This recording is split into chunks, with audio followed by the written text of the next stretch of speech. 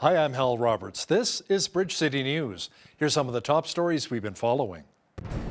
A British diplomat speaks out that the West needs to send more tanks, warplanes, and weapons to Ukraine in its war with Russia. One of the organizers of the Freedom Convoy will be receiving a special award this June in Toronto. And good news for Lethbridge, as an announcement is made by AHS and others that more doctors are coming to our city. Your nation, your province, your southern Alberta. From the heart of Lethbridge, it's Bridge City News with Hal Roberts. Thanks so much for joining us. Britain's top diplomat called for Western allies to send tanks, warplanes, and other heavy weapons to Ukraine. Officials say fears of escalating the war were misplaced, and inaction is not helpful to the people of Ukraine. The world should have done more to deter the invasion, and we will never make that same mistake again. Some argue that we shouldn't provide heavy weapons for fear of provoking something worse. But my view is that inaction would be the greatest provocation. Heavy weapons, tanks, aeroplanes, digging deep in our inventories, ramping up production. We need to do all of this. Our sanctions have already seen Russia facing its first external debt default for a century, and we need to go further. There must be nowhere for Putin to fund this appalling war, and that means cutting off oil and gas imports once and for all. Medics are rushing to save injured people after multiple Russian rockets hit a residential neighborhood in Kharkiv. A man was heard screaming in distress as medics transferred him to the ambulance, while another was found lying on the ground with severe injuries.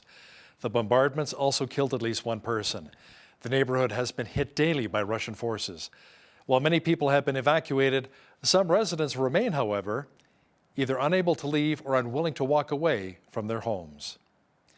One of the organizers of the Freedom Convoy will be headed back to Ontario to receive a very special honor. Medicine Hat's Tamara Litch will be given the George Jonas Freedom Award for her part in organizing the Freedom Convoy that drew international attention for occupying Ottawa's downtown core in February.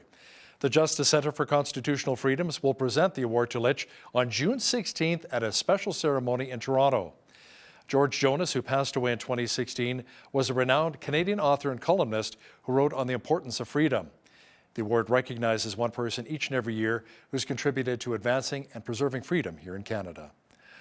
Ottawa's interim police chief is warning a biker convoy that police will not tolerate a long-term occupation of the capital or any part of the city. Chief Steve Bell delivered his warning as hundreds of bikers of the Rolling Thunder convoy are set to converge on the city this weekend.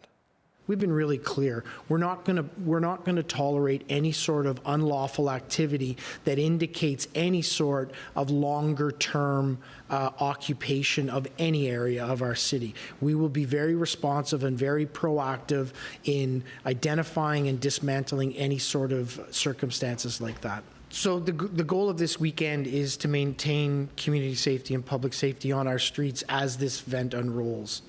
We do know that there's been a fracture in trust between our community and the police service as an outcome of the occupation in February. One of the things we've been very focused on through this is making sure that we listen to and hear our community's concerns about these events and roll out a plan that takes those into account. The pending arrival of the motorcycle convoy has put Ottawa residents on guard following the Freedom Convoy, which took place back in February. You know, if a federal election was held today in our country, the Conservative Party of Canada would stand a good chance of winning. A new survey by Nanos says the CPC currently has 36% support of Canadians. That's an increase of 2 percentage points. The Liberals have dropped 3 points to 30%, and the federal NDP has gained 2 points to 20%. As for the other parties, the Greens are up 4% to 6%, the Bloc Québécois is down 3 points to 5%, and the PPC is down 2 points to just 3%. The telephone polling was done April 22nd, involving 1,000 residents from across the country. Well, we enjoyed another beautiful day here in southwestern Alberta, but if you talk to any farmer or rancher around these parts, we're in dire need of moisture. Jeanette Rocher is in now with an early look at the forecast. Jeanette, any chance we may see some rain soon? Yeah, Hal, I am really feeling for those ranchers. First, the irrigation problems, and now the lack of moisture for sure. It looks like we are going to remain pretty dry as well until at least Monday evening and into Tuesday, when we'll be seeing a 60% chance of showers then. But until then, it looks like mainly sunny skies and double-digit temperatures. I'll have more of those details coming up later on in the newscast. Great. Thanks so much, Jeanette. Well, there's some good news for those who are looking for a family physician here in our city. The Cultural and Social Standing Policy Committee was told that more doctors will be making their way to Lethbridge this fall. 3 international graduate physicians have signed offers to come to Lethbridge, and an additional 7 are pending. It's estimated that 40,000 people in Lethbridge do not have access to a family doctor. Dr. Michael Auld, the Associate Zone Medical Director for the Chinook Regional Hospital, says this is a great next step for our city. Up until now, like you can see, we're over 100 applicants, and because people are interested in coming to Canada and starting practice, and they're very excited about the opportunity. So we haven't had to offer incentives per se for recruitment, but really it reminds me of an important point with this whole strategy, that it's a recruitment and retention strategy. It does us no good. Ultimately, they're going to be with us for 5 years if we've sponsored them, but after that, they're free to practice wherever they want to. More than 100 applications were received and 27 candidates were interviewed at a cost of between $59,000 and $68,000 per sponsored physician. City officials and residents gathered at Mountain View Cemetery early on Thursday afternoon to honor those who were killed, injured, or disabled because of a workplace accident. BCN's Angela Stewart now brings us the story of one woman who says attending ceremonies like this one brings her comfort after losing her father over 8 years ago.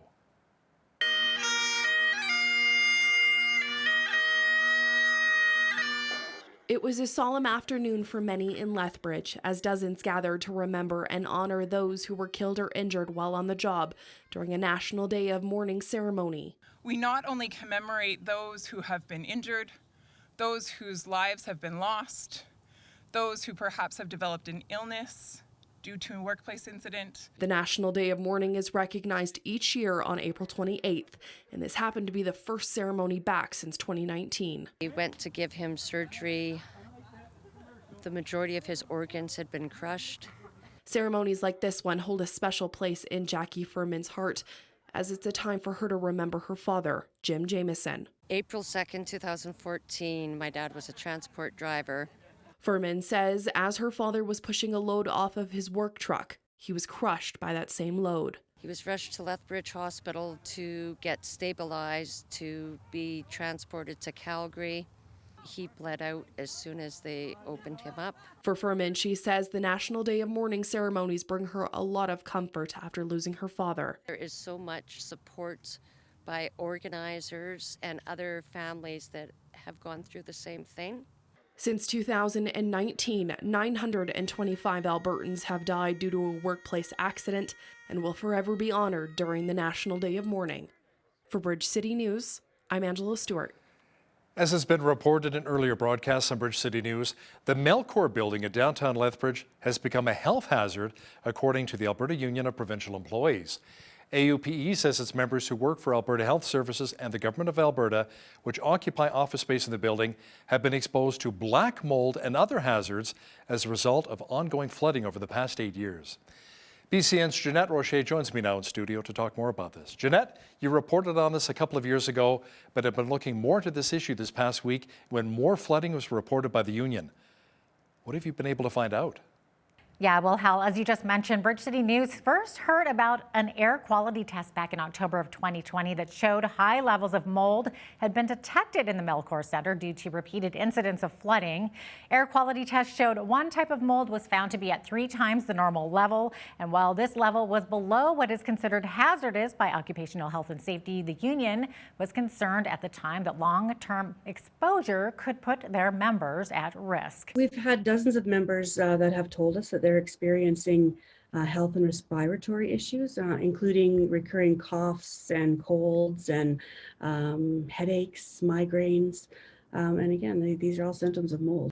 Now, fast forward 18 months, and the union says more floods have occurred, at least 4 this year, and 2 of them this week. We do know that there is an OH&S investigation currently taking place, but according to Melcor Developments, up until this week, they'd only heard about 1 other flood, and that they were both caused by the tenant themselves after installing an air eliminator. We do know that there was 1 previous flood and that it was an identical issue. It was an air eliminator that the tenant had installed that basically caused the leak. The pipes are not the problem. It's tenant installed equipment that we're either not aware of or not able to access. And we have received no other similar complaints from any other tenant in the building. Now, we reached back out to the union about this, and they find it hard to believe that Melcor didn't know anything about it. Melcor is saying they don't know anything about this, but we've had 4 floods in the last 4 months. And part of the GOA process, the Government of Alberta process, is to make sure that if there's anything like that that happens, that the landlord, essentially, so Melcor, whether it's through Braemore or not, is notified. Because they're the ones that need to come in and do their remediation, make sure that everything is good.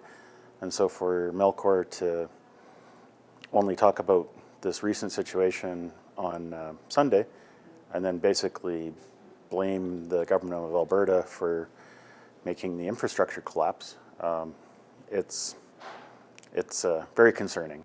We'll bring you more information as it becomes available. Hal? Thanks so much, Jeanette. There's a need for plasma donations, and a program for post-secondary students through the Canadian Blood Services hopes to address that. The first ever Plasma Bursary program offers students a chance to win up to $3,000 for their education if they can bring in donations while also raising awareness. Brenna Scott with the Canadian Blood Services says they hope this will bring out lots of students, as many are already donors themselves. I can say that we have such a great post-secondary population here in Lethbridge between the university and the college. And we have seen a lot of post-secondary students as donors themselves. So we are hoping that we have really strong involvement from these students. You know, we have so many students that are volunteers as well. They're such passionate promoters of the center. So we're hoping they really be successful as much as we do. We're hoping this will bring in a lot of new plasma donors. Students have up until July 15th to register for the program. The AIDS and HIV pandemic is still affecting a number of countries in Africa. The Stephen Lewis Foundation is working to help 15 countries fight the challenges they're currently facing. The Deputy Director of Impact and Learning at the Foundation, Leah Odell-Benson, presented at SACPA Thursday and said the group works extensively to end violence against women and girls. They also provide home-based care to help those battling HIV and AIDS.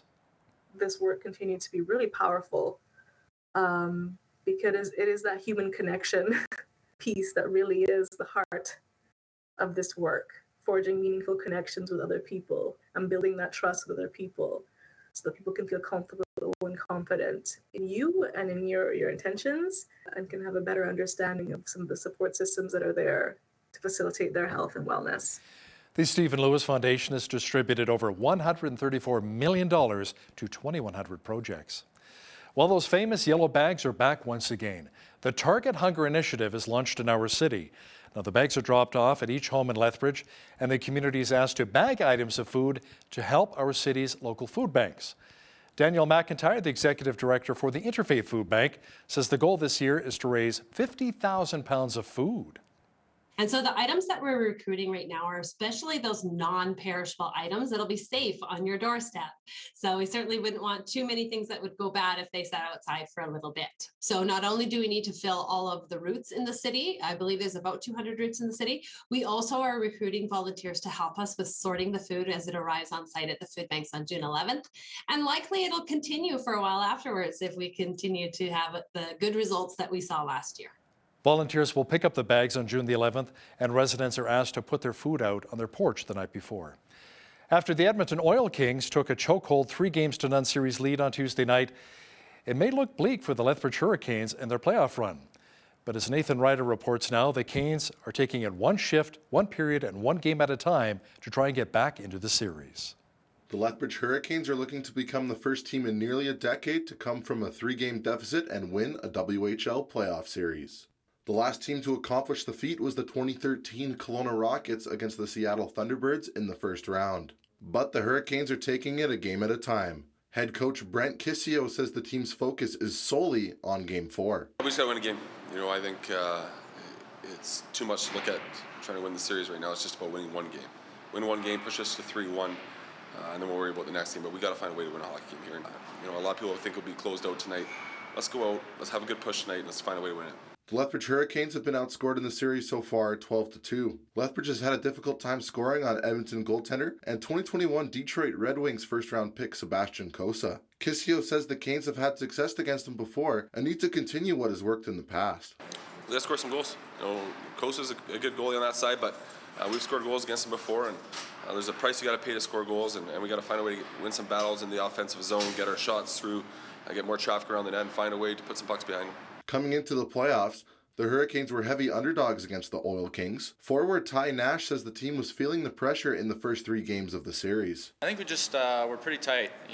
We've been kind of under a lot of pressure. A lot of boys have been feeling like, so I think tonight we're just gonna kind of play loose.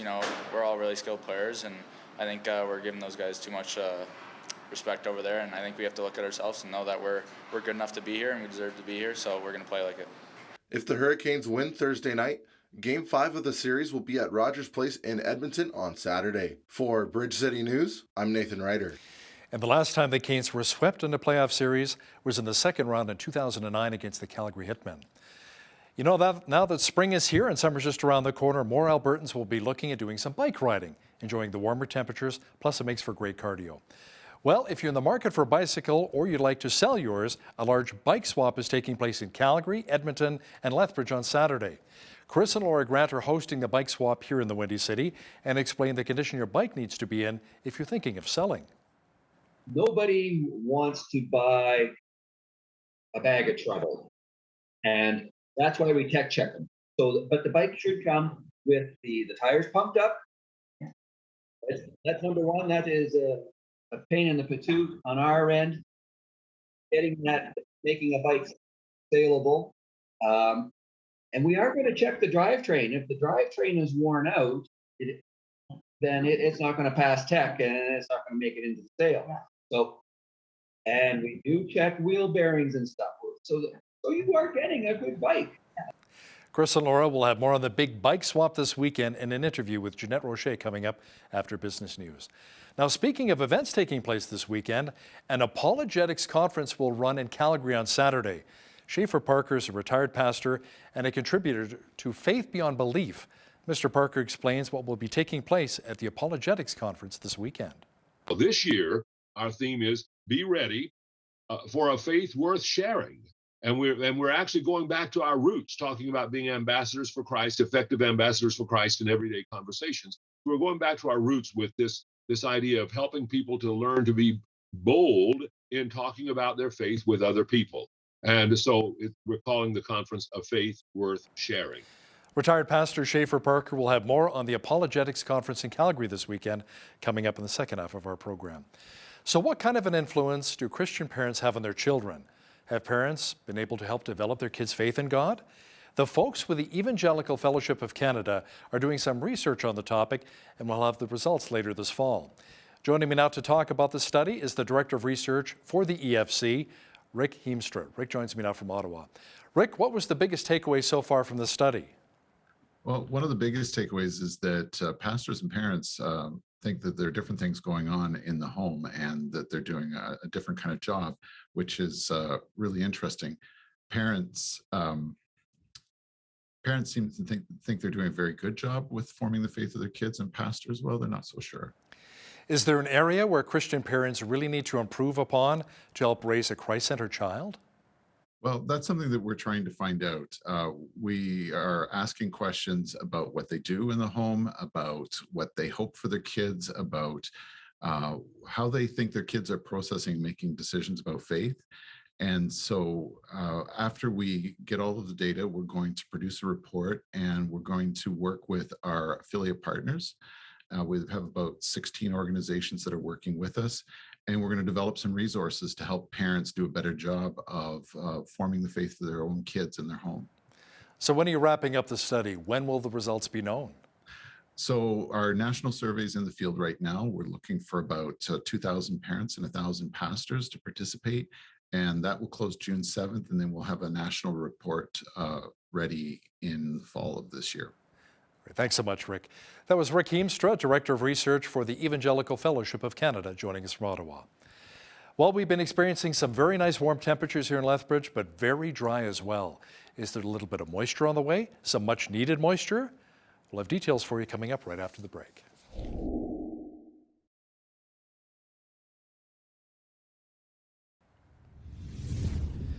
You know, a number of agriculture producers we've been chatting with are really concerned about the dry conditions we've seen so far this spring. More moisture is definitely needed. Jeanette Rocher is in now with a full look at the weather forecast. Jeanette, any chance that rain may be on its way to help our farmers and ranchers? Well, held not until at least Monday night, so they're just going to have to hold on a little while longer. Into tomorrow, we're looking at a high of 13 degrees, mainly sunny skies, a bit of cloud coverage there. Saturday, sunshine and 16, looking at a beautiful 17 degrees on Sunday, 17 also on Monday with partly cloudy skies. As I was mentioning before, into Monday night, overnight, that's when we're going to see some shower activity, 60% chance of showers expected also on Tuesday. That should help out our ranchers at least a little bit, hopefully. 11 degrees the high, and then up to 18 on Tuesday with a mix of sun and clouds. So the average high for this time of year, according to the almanac, is 15 degrees. Looks like we're going to finally be reaching those temperatures. 1 degree, the average low. 31 was where we were at back in 1939. That was our hottest on record. And the chilliest on this day was back in 2005. It was minus 11. 6:14 is when the sun rose this morning. Sunset this evening at 8:44 p.m., giving us a lovely long day, 14 and a half hours or so of daylight. Loving it. Over on the west coast, tomorrow, partly cloudy skies in Victoria, 12 degrees the high, 14 the high in Vancouver with partly cloudy skies there as well. Sunshine expected tomorrow in Edmonton, 9 degrees the high, and 13 in Calgary tomorrow with the partly cloudy skies there as well. As we look into the rest of the prairies, Saskatoon, 18 degrees the high, should be lovely. Finally, they're getting those nice double-digit temperatures there. Regina's high, 14 tomorrow. Same thing in Winnipeg, 14 degrees the high, but they are looking at some shower activity. Could see that break up a little bit later on in the day, giving them some partly cloudy skies there as well. I know it's been really rainy there lately. In central part of the country here, Toronto, sunshine, 14 degrees, 13 the high in Ottawa, and mainly sunny skies also expected tomorrow in Montreal with a lovely high of 13 degrees. Okay, so this is where the ranchers and farmers are happy, is over on the East Coast. Fredericton, high of 4, actually seeing a mix of flurries and some shower activity there. Halifax, 5 millimeters of rain expected there, 6 degrees the high. Charlottetown, 11 degrees the high, mix of flurries and showers there as well. St. John's, Newfoundland, looking at partly cloudy skies with a high of 5 degrees and some fog there as well. So there you have it. That is your forecast. Twitter is reporting earnings of $513 million US for the first quarter, days after it agreed to a takeover by billionaire Elon Musk. The San Francisco-based social media company says revenue rose 16% from a year earlier to $1.2 billion. Twitter reported an average of 229 million daily active users in the first 3 months of this year. Now, it canceled the conference call with executives that usually accompanies its results, so there will be little to no insight into the company's current financial condition. Facebook parent Meta's first quarter profit and its count of daily users blew past Wall Street's expectations, despite the company's slowest revenue growth since going public 10 years ago. Meta earned $7.47 billion in the January through March period. Now, that is down 21% from the same period a year earlier. Facebook had close to 2 billion active daily users for March. That's an increase of 4% year over year. Meta shares rose over 18% to $207 in after-hours trading. Chinese telecom equipment and smartphone maker Huawei says its sales fell 14% to $19.8 billion US in the last year compared with a year earlier. The drop came as the company continued to pump money into research and development while dealing with US sanctions. Huawei Technologies says its net profit margin for the quarter was 4.3%. That is down 11.1% compared to the same quarter last year. Company officials say the figures are in line with forecasts. Now, here's a look at today's markets. The TSX was up 376 points on the day to finish at 21,121. The Dow was up 614 points to 33,916. The S&P 500 was up 103 points on the day to 4287, and the Nasdaq was up 382 points to 12,871. West Texas Intermediate Oil was up $3.06 to 105.08 US per barrel. Natural gas was down 41 cents to 6.93 US. Gold was up 38 cents to 18.94.83 US an ounce, and silver was even on the day at 23.16 US an ounce. Feed wheat is at $14.28 per bushel, barley's at $10.01, canola's at $27.37, and corn is at $12.14 per bushel. Live cattle were unchanged at $138.50. Feeder cattle were down 28 cents to $155.93, and lean hogs June contract is up 63 cents to $110.98. The Canadian dollar was up slightly over the past 24 hours to 78.09 US.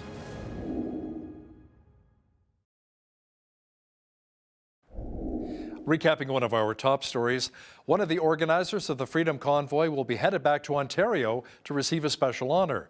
Medicine Hat's Tamara Litch will be given the George Jonas Freedom Award for her part in organizing the Freedom Convoy that drew international attention in February. The Justice Centre for Constitutional Freedoms will present the award to Litch on June 16th at a special ceremony in Toronto. George Jonas, who passed away in 2016, was a renowned Canadian author and columnist who wrote on the importance of freedom. The award recognizes one person each and every year who has contributed to advancing and preserving freedom here in Canada. A special apologetics conference is taking place in Calgary this weekend. Coming up, we chat with retired pastor and Faith Beyond Belief contributor Schaefer Parker, who will explain what you can expect. But first, here's a look at some of the special events taking place right here in Lethbridge. Here's your Bridge City News community calendar. Do you have a passion for nature? The 2022 City Nature Challenge is taking place in Lethbridge from April 29th to May 2nd. This annual challenge is a global citizen science BioBlitz where thousands of people from hundreds of cities around the world take part. Put your passion for nature to use and help document the incredible biodiversity and natural beauty of Lethbridge. Simply download the iNaturalist app, register online, and begin taking pictures of local wildlife and sharing your sightings using the app. For more information, visit naturecentre.ca. Lethbridge's Sport Council's Indoor Roving Gyms program is taking place Tuesdays at Emmanuel Lutheran Church from 6 to 7 p.m. and Thursdays at the Service Sports Center from 10 to 11 a.m. This program is for kids ages 5 and under and their caregivers. Come and enjoy an hour of fun and get active. Pre-registration is required and space is limited. For details and to register, visit lethbridgesportcouncil.ca. And that's your Bridge City News community calendar.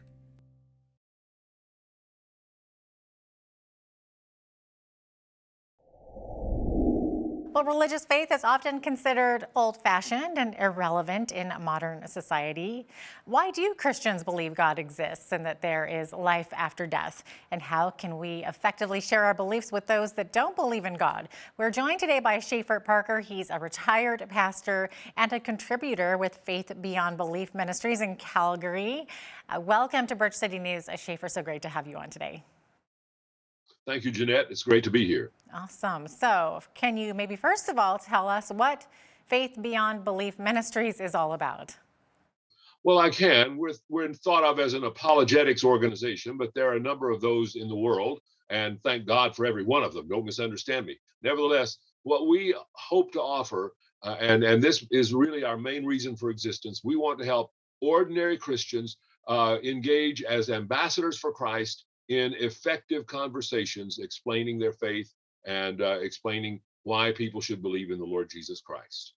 Awesome. Okay, so I would suppose that one of the most common questions that you've been asked or that skeptics maybe ask is, how do you know that God exists? So how do you answer this question? You know, anytime I'm asked that question, I'm old enough to have grown up in churches where we sang hymns every Sunday. And there's an old hymn that says, the chorus goes, he lives, Christ Jesus lives today. He walks with me and talks with me along life's narrow way.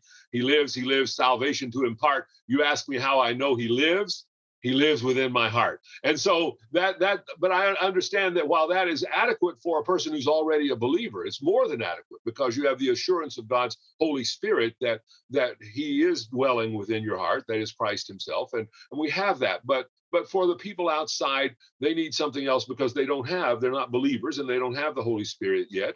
And so we need to be able to give something else. So there are a number of ways we can approach this. One of the classical ways is to approach it philosophically, and one of the quickest, I think, solutions to the question, is there a God, comes from the law of cause and effect. That is to say, every effect has to have a cause, and the cause has to be greater than the effect. For example, if I'm standing at home plate on a baseball diamond and a ball comes whizzing past me at 100 miles an hour, then I know that there was an effect greater than that whatever it is, 60 feet away, or 50, I forget the exact distance, but on the pitcher's mound, the pitcher has been moving his arm faster than 100 miles an hour. That ball had to leave his hand at maybe 120 miles an hour in order to reach the home plate at 100 miles an hour. And so you've got a cause, the pitcher, you've got the effect, the ball whizzing past me on the plate, over the plate at 100 miles an hour. And so you can see then that the cause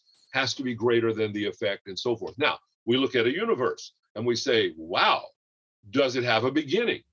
Well, the Bible says it has a beginning, and the vast majority of astrophysicists now actually kind of agree with something called the Big Bang. And the very idea of the Big Bang is that the universe had a beginning, that it started from essentially nothing. And so you've got the effect, that is the existence of the universe. Well, what would cause such an effect?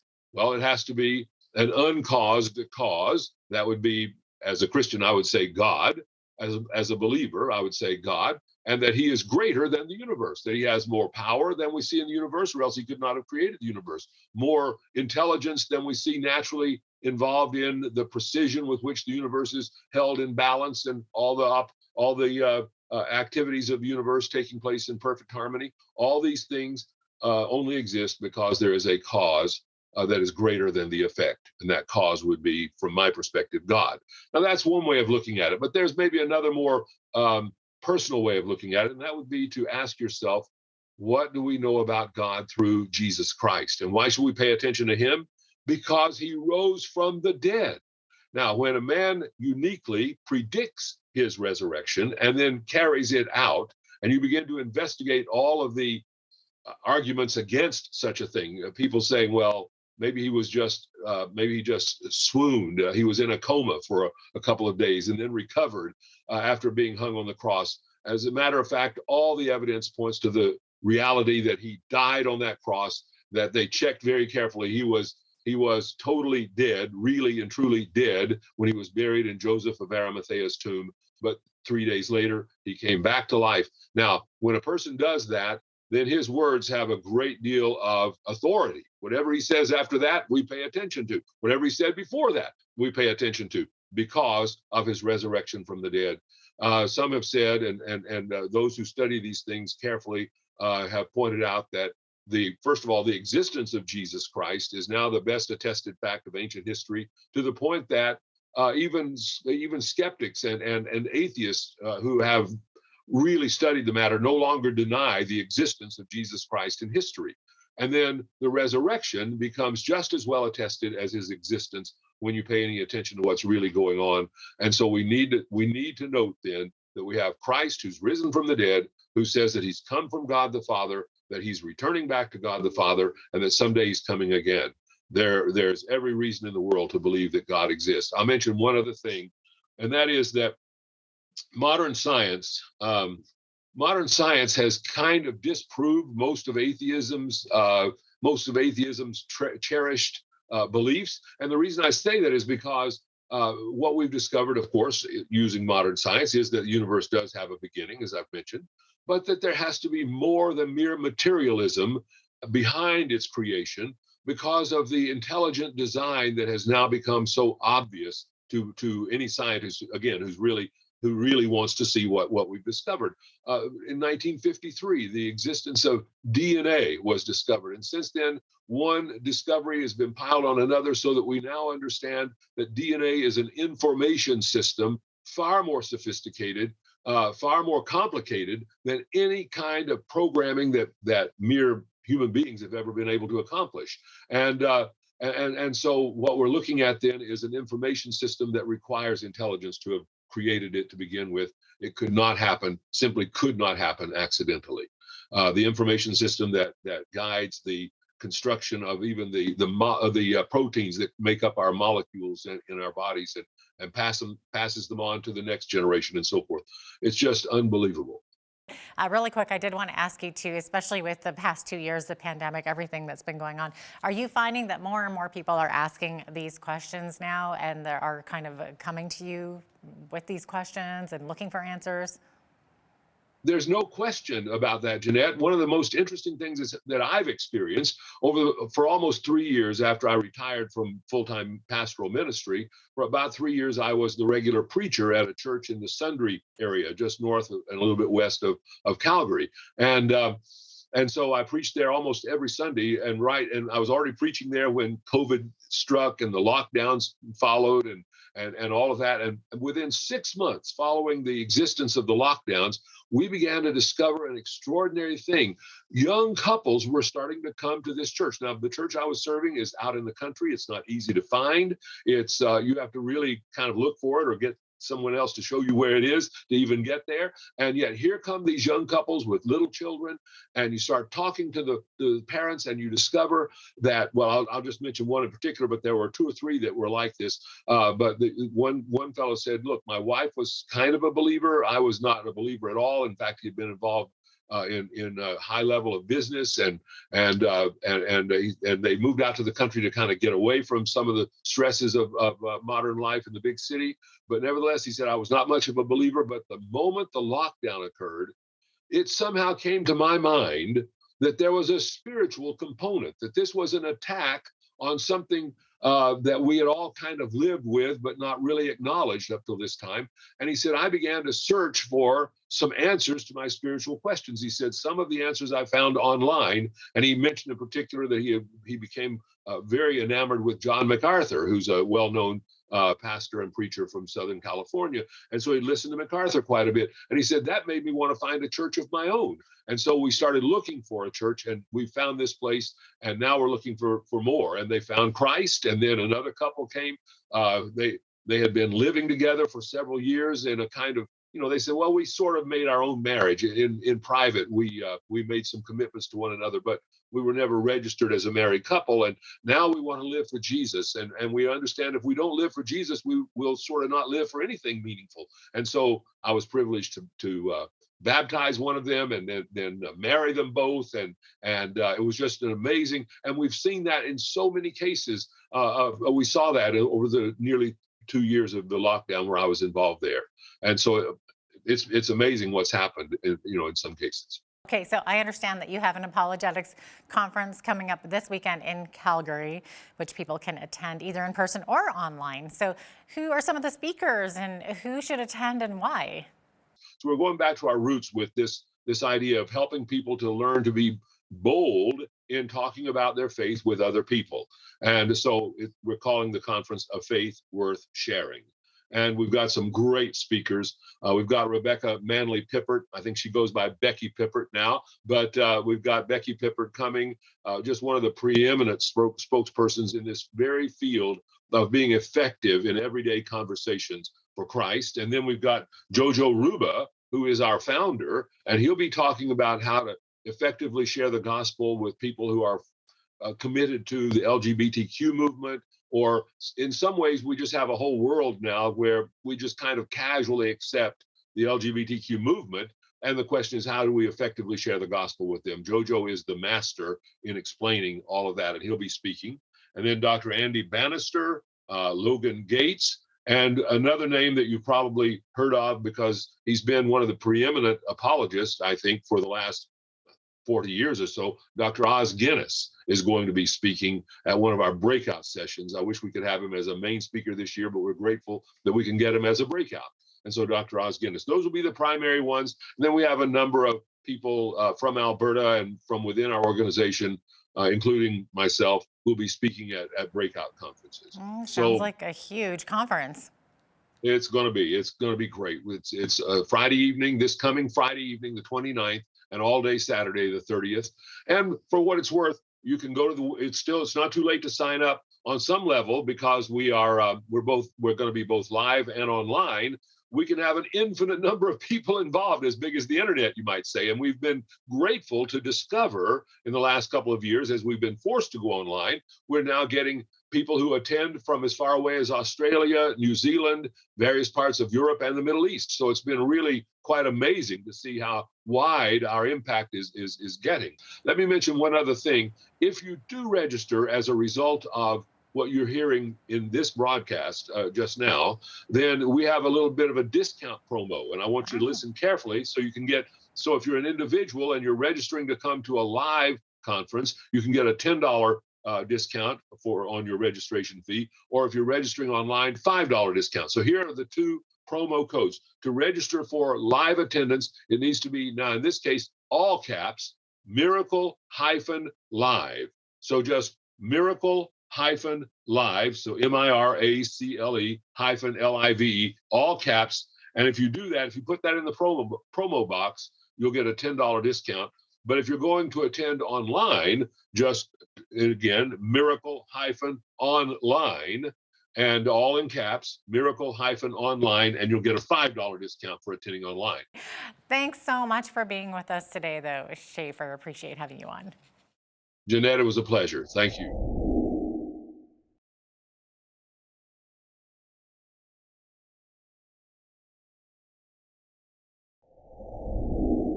Well, many of us, myself included, love to spend time outdoors, going for a relaxing or a high-speed bike ride.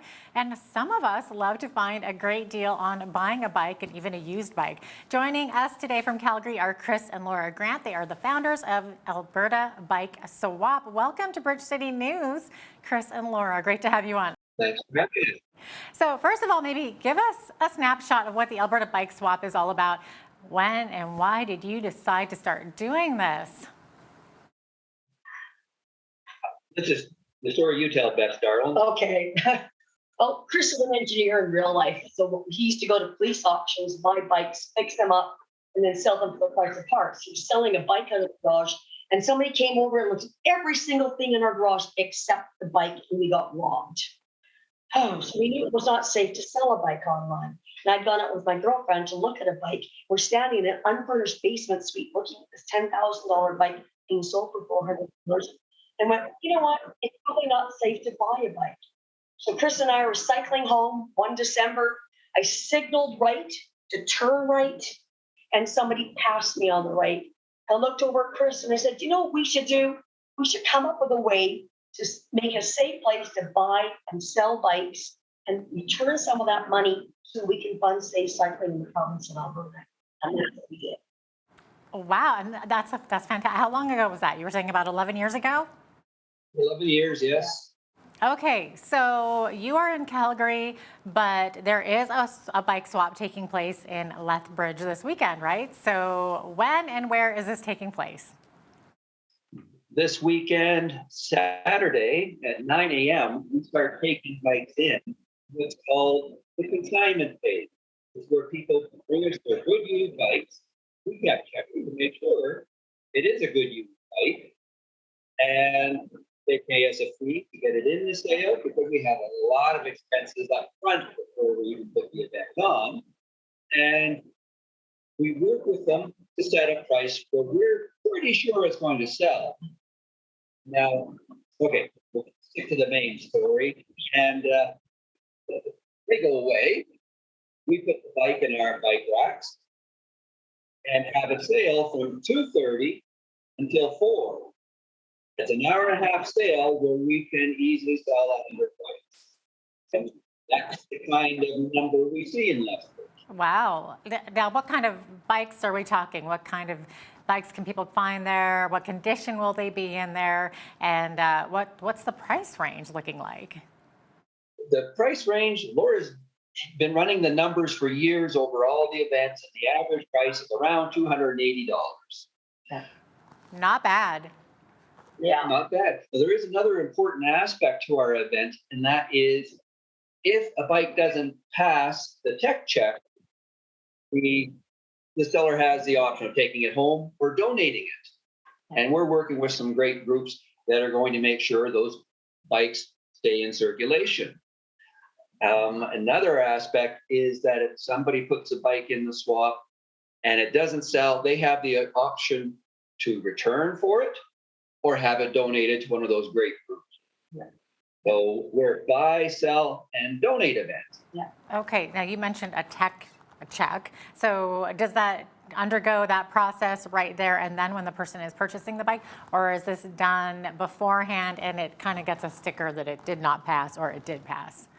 It's checked beforehand because part of that process includes recording the serial number. We found that to be quite effective at keeping stolen goods away from our events, which is a question sometimes. So the bike needs to basically be safe. And it should be rideable for somebody who needs transportation, who needs to get to a job, is coming to buy a bike to ride away to work on Monday. We want it to be as rideable as it can be. It may need a tune-up, it may need some adjustments, but it's going to be safe and rideable. Some of our bike techs have found things like cracked frames. Somebody actually had the audacity to glue the pedals.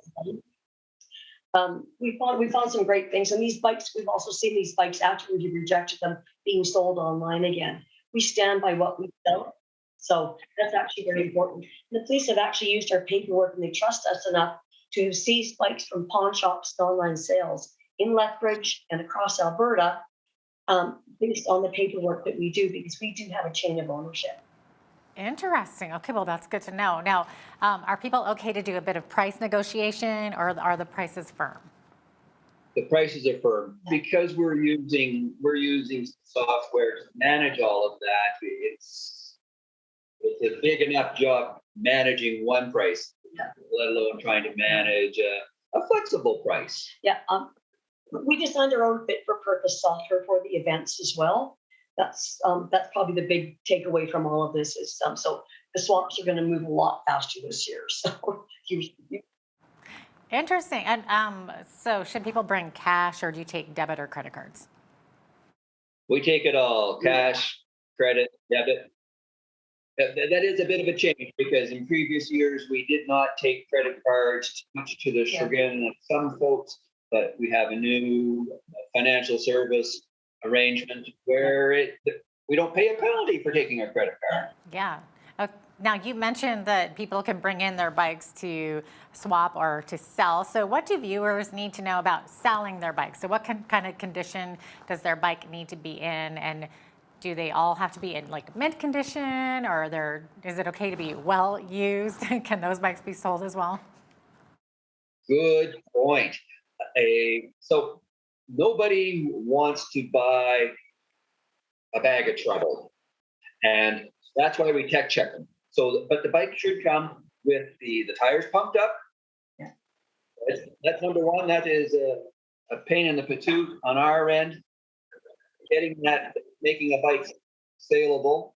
And we are going to check the drivetrain. If the drivetrain is worn out, then it's not going to pass tech and it's not going to make it into the sale. Yeah. So, and we do check wheel bearings and stuff. So you are getting a good bike.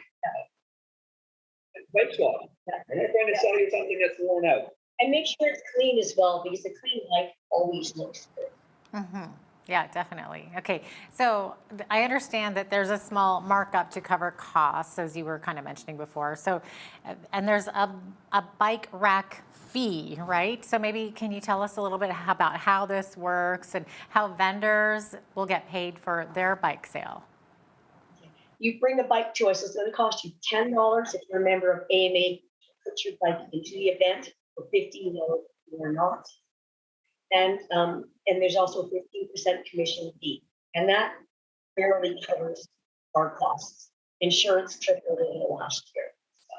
And we, as in Laura, prepares all either the checks or the e-transfer over the next couple of days. There's no magic software behind the scene registering that this bike is sold and therefore pay this person. No, it's all still very much a manual process that Laura manages every payment. I just earned my grade. It's probably a labor of love, though, right, Laura? Because I would imagine that this takes a lot of work, a lot of effort goes into organizing one of these. And people, of course, might also ask, like, why are you charging me a fee to sell my bike when I can just sell it myself, right? So maybe explain how much money and time and effort goes into organizing one of these things. Well, it's really, yes. So, for instance, you will see our volunteers in an event specific to the year T-shirt. Yeah. Guess how much that costs? Yeah. We're working with Exhibition Park. We've been working with them for a number of years. We get a great deal on the space, but we have to buy our food from them. Yeah. And okay. so, like for example, we have to buy computers, we have to buy printers, paper. We don't live in Lethbridge, so we have to pay for a room. We have to rent a truck. It costs us a lot of marketing, a lot of marketing. So there are all those expenses. Yeah. There are all those expenses, but then it's who we're trying to appeal to is a person who isn't comfortable with the online sale thing. Yes. And so that's what we're about. And if we were a brick and mortar storefront operation, just imagine the monthly expenses, and we wouldn't be taking just 15%. It would be, as we've seen the old models of sporting goods consignment, so at 30%.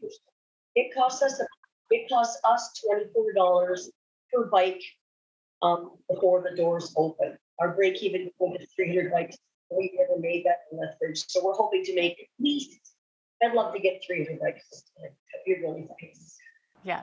And then, so Laura, part of what you do also is accept donations of bikes, right? As well as bike parts. So I understand that you have a team of volunteers who spend hours repairing these bikes and then donating them to those who need, right? Well, clarification. Okay. We have strategic alliances. Yeah. Some people might call them a community partner. Yeah. Who will take the donated bikes and donated parts and fix them up for their programs. Yes. So we work with Youth en Route at Winston Churchill High School in Lethbridge.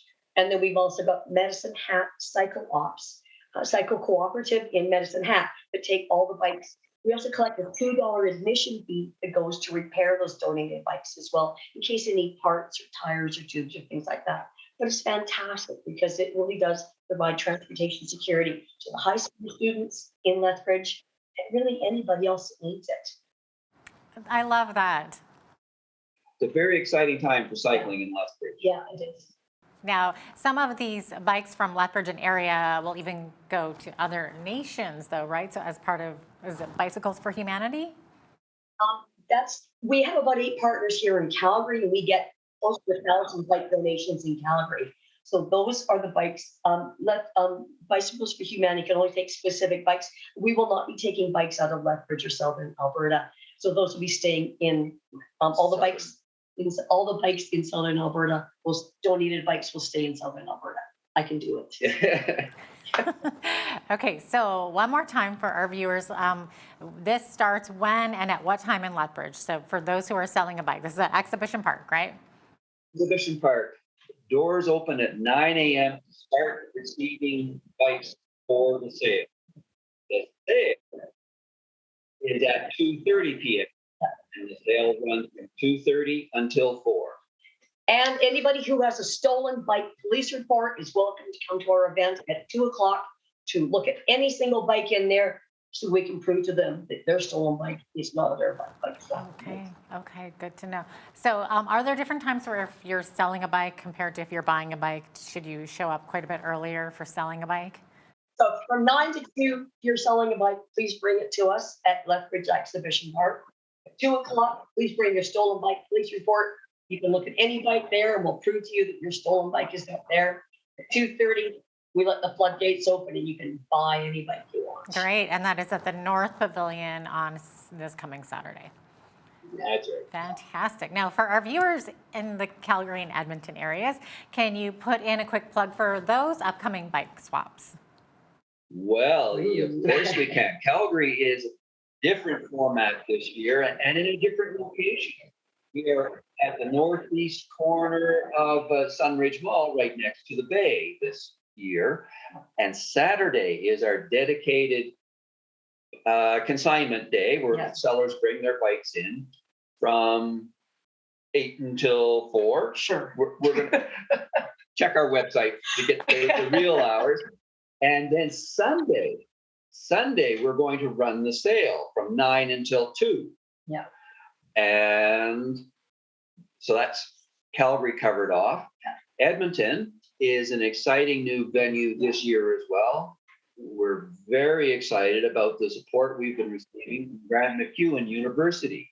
Yeah. We're using their 107th Street parkade for our swap. But it's inside. It's a nice heated space. It's fantastic. But it's a one-day format. Yeah. Likewise, bikes by sellers from 8 until 2. Yeah. Sale at 2:30, and it wraps up at 4 o'clock. Yeah. Okay, fantastic. And what is your website? AlbertaBikeSwap.ca. And there's a volunteer tab on there too, in case that last minute Lethbridge wants to join. All right. Well, it looks like we're about out of time, but thanks so much for your time today, Chris and Laura. So great having you on. Well, thank you. Thank you. Absolutely. So Chris and Laura Grant are the founders of the Alberta Bike Swap. Check that out this weekend at Exhibition Park. I'm Jeanette Roche on behalf of all of us here at Bridge City News. Thanks for watching.